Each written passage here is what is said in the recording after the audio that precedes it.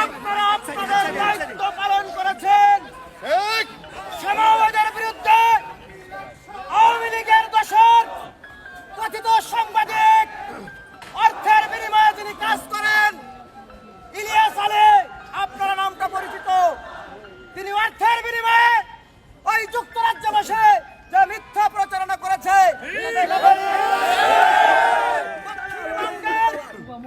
জাতীয়তাবাদের গতরে আগুন ধরে গেছে। আজকে ইলিয়াস আলী যুক্তরাজ্য বসে আমাদের নেত্রী, প্রাণপ্রিয় নেত্রী, দক্ষিণবঙ্গের অগ্নিকন্যা জামায়াত ইসলাম রিঙ্কুর বিরুদ্ধে যে অপপ্রচার, মিথ্যা বানোয়াট সংবাদ প্রচার করেছে, এই দক্ষিণবঙ্গের পক্ষ থেকে, নাগরকান্দা শান্তা থানার পক্ষ থেকে, আমি যুব দলের পক্ষ থেকে এর তীব্র নিন্দা এবং প্রতিবাদ জানাচ্ছি। তুমি হয়তো জানো না, এই দক্ষিণবঙ্গের বিএনপির গার্জিয়ান বলতে আমরা একমাত্র জামায়াত ইসলাম রিঙ্কুকে চিনি এবং জানি।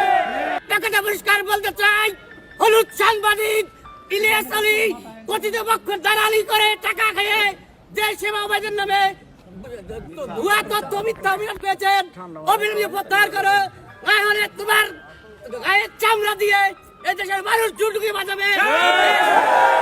তুমি হয়তো জানো না, সেবাবাদকে, সেবাবাদ সাবেক প্রেসিডেন্টকে, মুবাইদুর রহমানের মেয়ে, বাংলাদেশের এরকম একটা অগ্নিকন্যা আর দ্বিতীয়টা নাই।